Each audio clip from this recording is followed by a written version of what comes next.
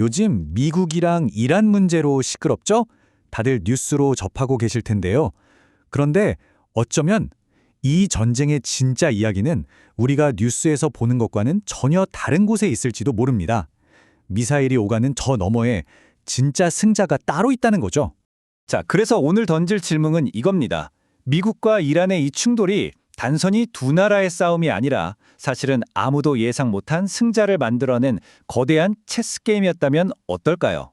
이 판을 제대로 이해하려면 시간을 좀 앞으로 돌려봐야 해요. 미사일이 날아다니기 2달 전, 2026년 1월로 말이죠. 이란 내부에선 이미 엄청난 위기가 끓어오르고 있었습니다. 그때 이란이 경제적으로 너무 힘드니까 전국에서 동시다발적으로 반정부 시위가 터져 나왔거든요. 정부 입장에선 사람들이 온라인으로 조직하는 게 제일 무서웠겠죠. 그래서 그냥 나라 전체 인터넷을 꺼버리는 정말 초강수를 둡니다. 바로 그 순간 저 멀리 우주에서 이 판을 뒤흔들 사람이 조용히 움직이기 시작합니다. 네, 바로 일론 머스크입니다. 근데 이때 머스크는 그냥 테크 회사 CEO 이런 수준이 아니었어요. 이 갈등에 자기만의 아주 특별한 무기를 들고 뛰어든 핵심 플레이어였던 거죠. 여기서 머스크가 정말 아무도 생각 못한 수를 둡니다. 이란 사람들한테 스타링크, 그러니까 위성 인터넷을 공짜로 쏴준 거예요. 총이나 미사일이 아니라 기술로, 이른바 소프트 파워로 정부의 통제망을 우주에서 그냥 넘어버린 겁니다. 이게 그냥 몇 대 보내준 그런 차원이 아니에요. 무려 5만 개에 달하는 스타링크 단말기가 이란으로 밀반입됐습니다. 순식간에 정부의 감시를 받지 않는 또 하나의 거대한 정보망이 나라 안에 생긴 거나 마찬가지죠. 그러니까 이게 좋은 마음으로 인터넷 쓰게 해준다, 그런 차원의 얘기가 아닙니다. 비유하자면 캄캄한 방에 갇힌 사람들 몰래 창문을 하나 내준 거예요. 그리고 그 창문을 열고 닫는 리모컨은 자기가 쥐고 있는 거죠.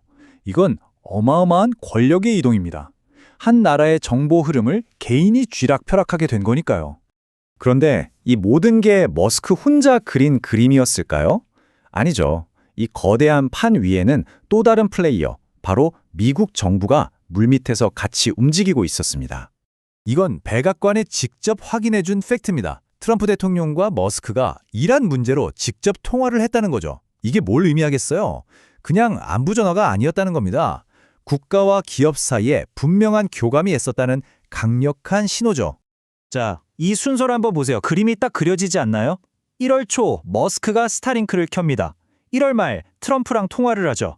그리고 3월 초 미군이 미사일을 쏘기 시작합니다. 보이지 않는 전쟁으로 판을 흔들어 놓고 그 다음에 보이는 전쟁이 시작된 겁니다. 바로 이게 완벽한 역할 분담입니다. 머스크는 하늘에서 보이지 않는 전쟁, 즉 정보전을 수행하고 트럼프는 땅에서 보이는 전쟁, 그러니까 물리적인 타격을 한 거죠. 자, 근데 여기서부터가 진짜 중요합니다. 이게 그냥 이란에서 한번 써먹고 끝날 전략이 아니라는 거예요. 아예 현대전쟁의 공식 자체가 바뀌었다는 신호탄이었습니다. 그래서 등장한 개념이 바로 이겁니다. 국가-기업 하이브리드 전쟁. 말이 좀 어렵죠? 쉽게 말해서 이제 국가는 주먹 쓰는 일을 하고 민간 기업이 예전에는 CIA 같은 국가기관만 하던 정보전, 심리전을 대신해주는 거예요. 둘이서 완전 새로운 안보동맹을 맺은 거죠. 이게 얼마나 달라진 건지 한번 생각해 보세요.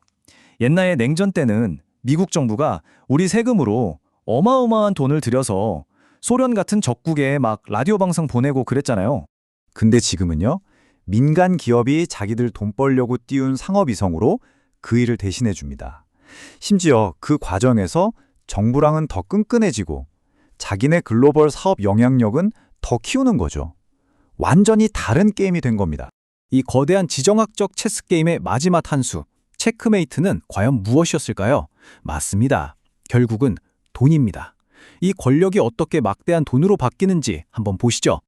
타이밍이 정말 기가 막힙니다. 이란 사태가 최고조에 달했던 2026년 3월, 머스크의 스페이스X가 비밀리에 주식시장 상장, 즉 IPO 서류를 냅니다. 근데 여기서 중요한 건 스페이스X 회사 가치의 절반 이상이 바로 스타링크에서 나온다는 사실이에요. 결국 이란에서 벌어진 모든 일은 전 세계의 투자자들한테 보세요. 스타링크는 독재국가가 아무리 막아도 뚫리는 세상에서 가장 강력한 생전 네트워크입니다. 라고 보여준 초대형 라이브 광고였던 셈입니다. 자, 그래서 이 광고 한 편의 효과가 얼마였을까요? 스페이스X의 목표 기업 가치 1조 7,500억 달러, 우리 돈으로 2,000조 원이 넘습니다. 와, 이게 감이 오시나요? 정말 상상도 안 되는 액수죠? 이게 바로 머스크가 만들어낸 어떻게 보면 좀 무섭기까지 한 완벽한 비즈니스 모델인 겁니다.